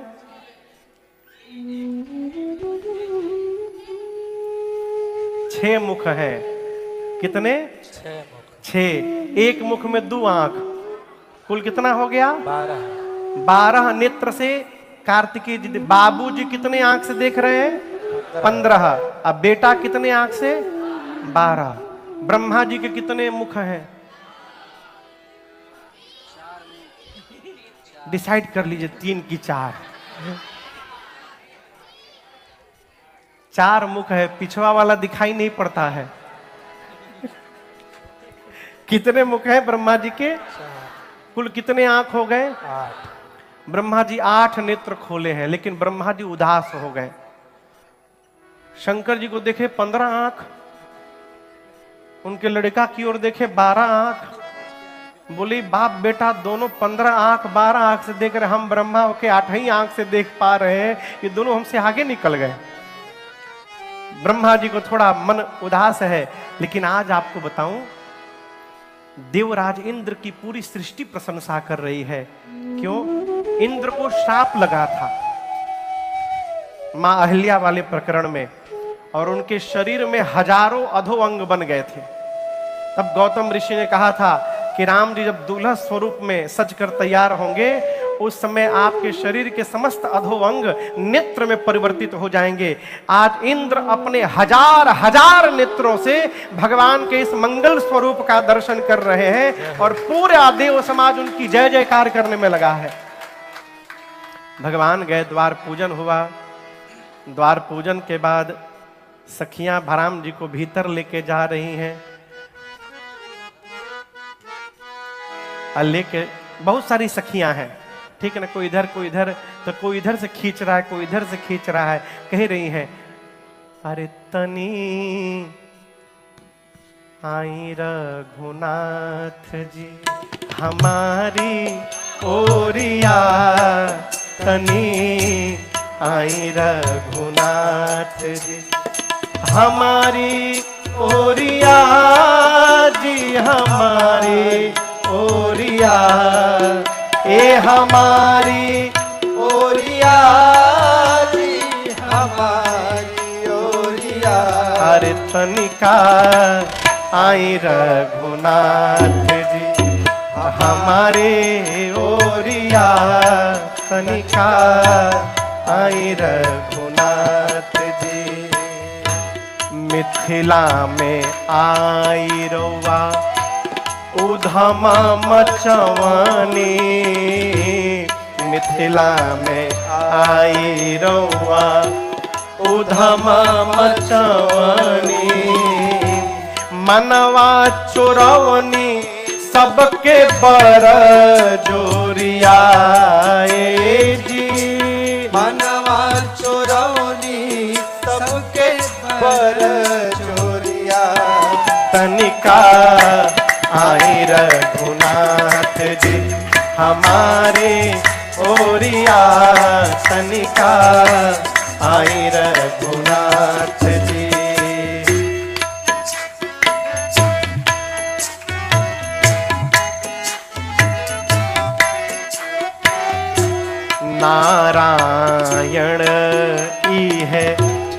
विधि से मनावे नारायण ई है, विधि से मनावे नारायण ई है, विधि से मनावे नारायण ई है, विधि से मनावे जुग जुग जिए ई जुगल जोड़िया जी, जुग जुग जिए ई जुगल जोड़िया कनिका आई रघुनाथ जी हमारे ओरिया कनिका आई रघुनाथ, कनिका आई रघुनाथ, कनिका आई रघुनाथ। सखियां राम जी को भीतर ले गई। आप सबके बियाह तो भइल ही बा। द्वार पूजन के बाद दूल्हा भीतर जाता है कि जनवासे में जाता है? कहां जाता है? जनवासे में जाता है। राम जी भीतरी कहां चले गए? इसलिए गए कि दूल्हा जब घर से चलता है तो बहुत सारे कार्यक्रम होते हैं, चुमावन होला, परिछन होला। राम जी का कोई कार्यक्रम हुआ नहीं था, तो ये सारी विधियों को पूर्ण करने के लिए सखियां राम जी को भीतर लेकर गईं। राम जी भीतर गए, जाकर भगवान आसन में भीतर महल में बैठे हैं। और आपसे एक प्रश्न करूं, दुल्हा जब आंगन में आवत है तो सबसे अधिक खुशी किसको होती है देखकर? हाँ, सासू मैया को। उस समय तो सास 7वें आसमान पे रहती है। अब सोचिए, जिस आंगन में साक्षात ब्रह्म पहुंच गए हो दुल्हा बनकर, उस आंगन की सास को कितना आनंद होगा, आप कल्पना नहीं कर सकते। गोस्वामी जी कहते हैं, जो सुख भासिय मातु मन देखी राम बरबेस। राम जी को दूल्हा स्वरूप में देखकर मां सुनैना को जो सुख मिला, सो न सकही कही कल्प सत सहस शारदा शेष। 100 कल्प तक हजारों सरस्वती और शेष नारायण उस सुख का बखान करे, फिर वो कहने में सक्षम नहीं है। राम जी को देख श्री जनक जी महाराज राम जी के चरण को पखारने लगे। बारात में जितने देवता वेश बदल के बैठे हैं, देवता आपस में बात करने लगे, जनक जी महाराज कौन से पांव को पखार रहे हैं? ये वही पांव है जो भगवान शंकर के हृदय में रहता है। ये वही चरण है जिसके एक बार स्मरण करने मात्र से अनंत जन्म के पाप समाप्त हो जाते हैं। ये वही चरण है जिससे मां अहल्या को उद्धार हो गया, सदगति मिली। आज जनक जी महाराज उसी पांव को अपने हाथ से धो रहे हैं। कौन जनक जी से अधिक सौभाग्यशाली आज ब्रह्मांड में होगा? बोलिए जनक जी महाराज की जय। पद प्रक्षालन के बाद साखोचार हुआ। साखोचार में वंश परंपरा की बिरदावली गाई जाती है। राम जी सीता जी आमने सामने बैठे हैं। राम जी की ओर से गुरुदेव भगवान श्री वशिष्ठ जी ने साखोचार किया, सीता मैया की ओर से सतानंद जी ने किया। बर कुंवरु करतल जोरे साखो चार दो कुल गुर कर फिर भयो पाणी गहन बिलो के विधि सुर मनुज मुनि आनंद भरे क्यों करे विनय विदेह कियो विदेह मूरत सावरी करी होम विधिवत काठ जोरे होन लागी भावरे करे होम विधिवत करे होम विधिवत करे होम विधिवत विधिवत गांठ जोड़ी। शाखोचार के बाद पाणी ग्रहण संस्कार हुआ, कन्यादान हुआ, कन्यादान नृपभूषण कियो। उसके बाद विधिवत करी होम, विधिवत, विधिवत बीच में लिखा गोस्वामी जी ने। तो होम कैसे हुआ?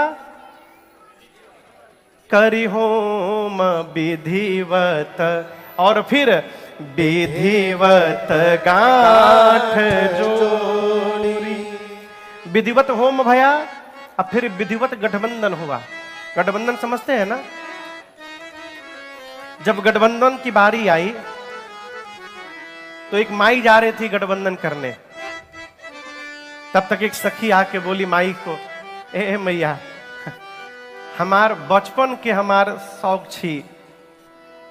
ऐसे बोलते हैं ना मिथिला में? हाँ, का छह छह, हाँ हाँ हाँ, छह छह, हाँ हाँ, का छह, छह के बिन है। अच्छा हई हई, अच्छा हाँ हाँ हाँ हाँ, जौने आप लोग कह रहे हुए हई। हाँ, सखी बोली हमार बचपन के शौक छई का सीता जी का गठबंधन मैं ही करूं। उस माई ने कहा आओ करो। अब उसको कभी की नहीं तो उसको मालूम नहीं, तो जैसे बोली हम करें तो माई बोली आओ। पूज्य बक्सर वाले मामा जी की रचना है, वो प्रातस्मरणीय पूज्य श्री नारायण दास जी भक्तमाली, उनको पूरा जगत मामा जी कहता था। आप लोग जानते हैं उनको? अद्भुत संत, अद्भुत विभूति। सीता जी को अपनी बहन मानते थे, तो माई के भाई हो गए, तो माई के भाई को क्या कहते हैं? तो इसीलिए उनको पूरा जगत मामा जी कहता था। जब अयोध्या के संत उनके यहाँ जाते थे तो कहते थे मामा जी हमार पांव छुबो। तो अयोध्या के संत कहते थे कि हम लोग तो बाराती हैं, आप घराती हैं, हम काहे पांव छुए? तो मामा जी कहते थे I am higher educated than you, हम आप लोग से ज्यादा पढ़े लिखे हैं। संत महात्मा पूछे अयोध्या के वो कैसे? तो मामा जी कहते हम मामा हैं और आप बाबा हैं। मामा MA हम डबल MA हैं, और आप BA डबल BA हैं। तो ये मामा जी की रचना है। माई सखी से बोली चिर संचित मनोरथ, चिर संचित मनोरथ, आज पुराओ है सखी, अब पुराओ है सखी। आऊं नहने सिया सजना के गांठ में, बधाओ है सखी, सिया सजना के गांठ में, बधाओ है सखी, अब बधाओ है सखी, अब बधाओ है सखी, अब बधाओ है सखी। सिया सजना के गांठ में, बधाओ है सखी, सिया सजना के गांठ में। सखी बोली हमके ढंग नहीं आवत, मैं जानती नहीं हूं कैसे बांधना है। तो एक माई बताने लगी, बोले काम करो, बर के पटुका के कोर सिय के, चुनरी के छोर, बर के पटुका के कोर सिय के, चुनरी के छोर, बर के पटुका के कोर सिय के, चुनरी के छोर, बर के पटुका के कोर सिय के, चुनरी के छोर, आजू दोनों के बटोर के, आजू दोनों के बटोर के, अटकाऊ है सखी, अटकाऊ है सखी, सिया सजना के गांठ में, बधाओ है सखी, सिया सजना के गांठ में। इसके बाद वाली बात और अद्भुत है। माई कहती है खाली बंधवे मत करो, राम प्राण के समान सिया उनहु के प्राण, राम प्राण के समान सिया उनहु के प्राण, राम प्राण के समान सिया उनहु के प्राण, राम प्राण के समान सिया उनहु के प्राण, दोनों प्राण इनके प्राण में, दोनों प्राण इनके प्राण में बसाओ है सखी, अब बसाओ है सखी, सिया सजना के गांठ में बधाओ है सखी, सिया सजना। कोई विवाह इत्यादि के लिए तपस्या नहीं करी, मैंने तो तुम्हें पाने के लिए तपस्या की। कि अच्छा कि तुम्हें हमें पाने के लिए तपस्या की, अरे क्यों छुपा रहे हो बाबा? और देखो यदि तुम्हें विवाह नहीं करना था, अब भगवान जो हैं करदम बाबा के मन की ले रहे हैं कि इनके मन में क्या है। उन्हें तो पता है घट घट के वासी है, अंतर्यामी है, लेकिन फिर भी मन की लेना प्रारंभ करते हैं। कहते हैं बाबा एक बात बता तू कि जब तो विवाह नहीं करना तो तू मने कर देता कि विवाह नहीं करना था तो मना ही कर देते। अब देखो मैं तो राजा की पुत्री से आपका विवाह की बात करके आया और तुम अब इनकार कर रहे हो। अब बताओ हमारी बात कैसे रहे? करदम बाबा कहते हैं कि यदि तुम विवाह की बात करके आ ही गए हो तो कोई नहीं, विवाह कर लेते हैं। अब भगवान कहते हैं कि मन मन भावे और मूड हिलावे, कि अंदर से तो अभिलाषा है, ऊपर से ही मना कर रही हो। करदम बाबा कहते देखो विवाह करूंगा, लेकिन एक ही शर्त पे। बोले क्या शर्त है? कि आपको मेरे घर पुत्र बनकर आना है।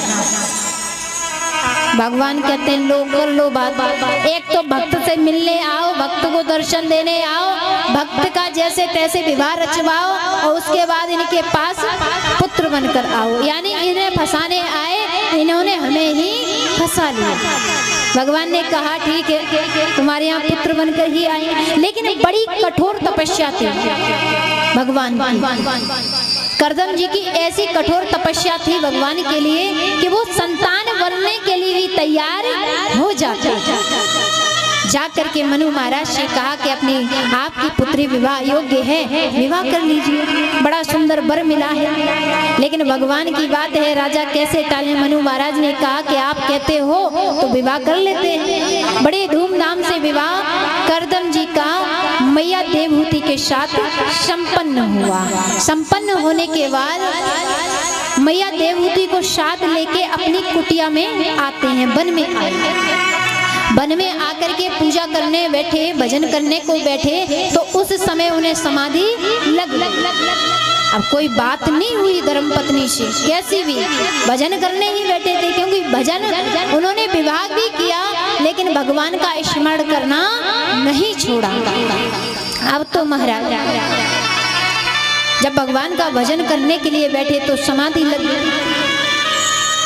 कई वर्षों के बाद समाधि खुलती है, और लेकिन जब समाधि लगी तो उस समय मैया देवहूति क्या सोचती है कि यदि मैं अपने पिता के घर जाती हूँ तो कहीं इन्हें दीमक ना लग जाए, धूल मिट्टी से ना ढक जाए।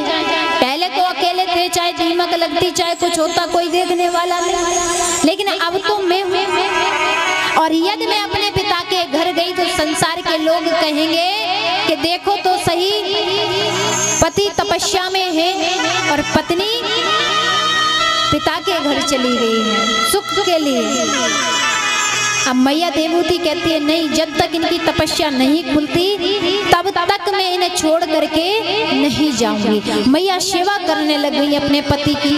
प्रतिदिन कपड़े से शरीर को साफ करती हैं, प्रतिदिन जहाँ कर रही हैं और पति की सेवा कर रही हैं और खुद खाने के लिए बन के फल फूल इत्यादि पत्तों से रहते हैं। तपस्या करते करते इधर सेवा करते करते हुए माता देवहूति भी वृद्ध हो गई। इतने वर्षों तक तपस्या की। जब तपस्या से जागी तो करदम जी ने अपने सामने एक बुढ़िया माता को बैठे देखा। पूछा, आप कौन है देवी?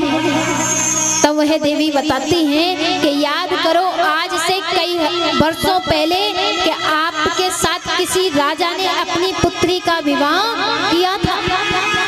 ध्यान देते हैं, ध्यान लगाया तो वह दृश्य याद आया करदम जी को। बोले हाँ कि वो आप ही हैं देवी? बोले हाँ, मैं आपकी वही धर्म पत्नी हूँ, देवहूति हूँ।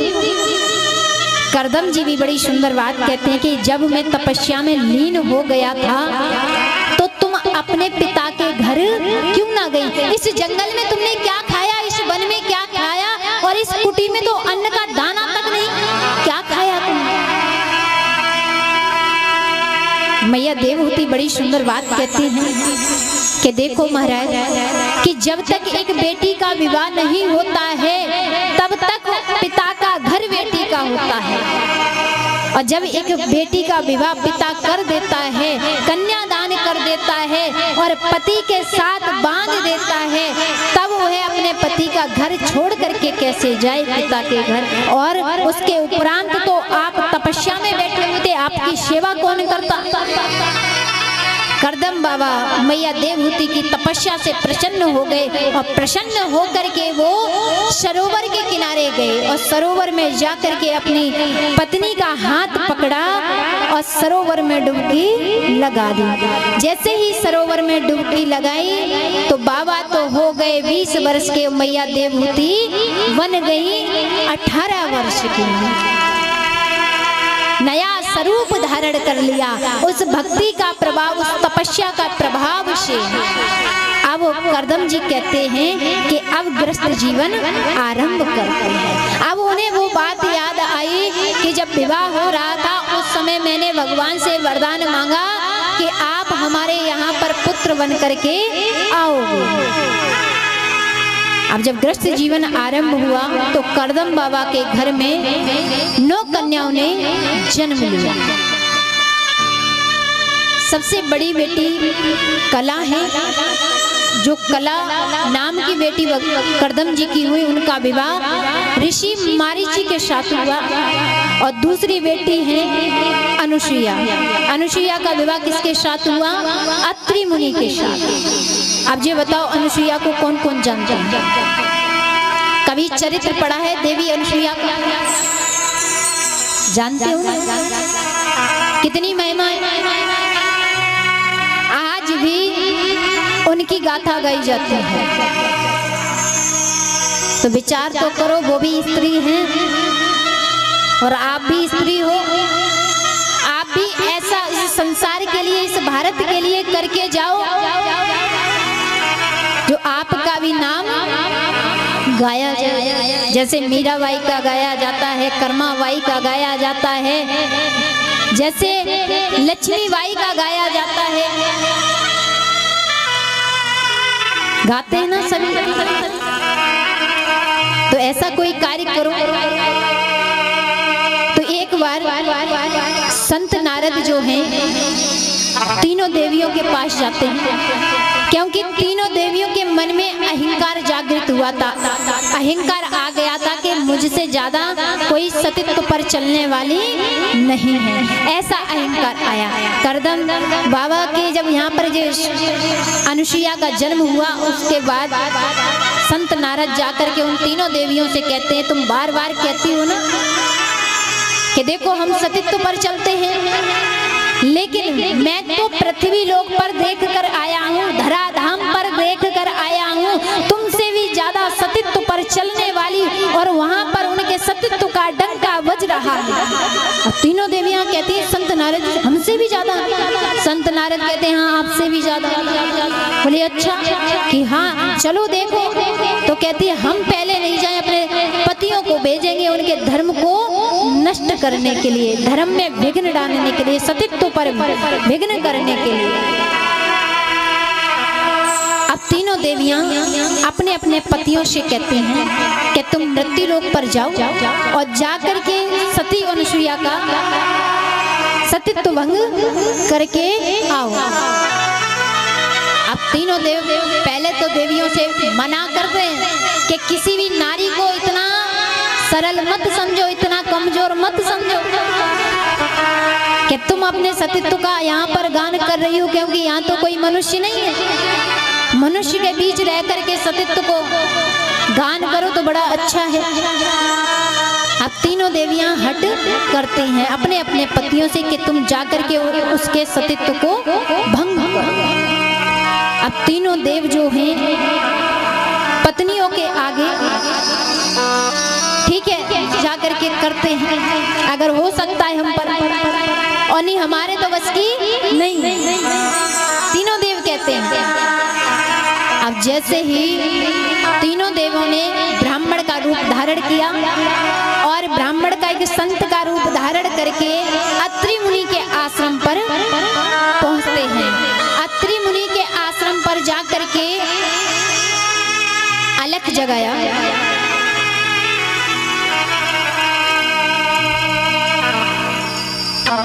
जाकर के अलख जगाते हैं। मैया भिक्षा लेकर के आते हैं। जैसे ही सती अनुसुईया भिक्षा लेकर के आई और ला करके संतों को देने लगी तो संत ने इनकार कर दिया। तीनों देवता इनकार करने लगे कि नहीं, हमारा अभिलाषा है कि आप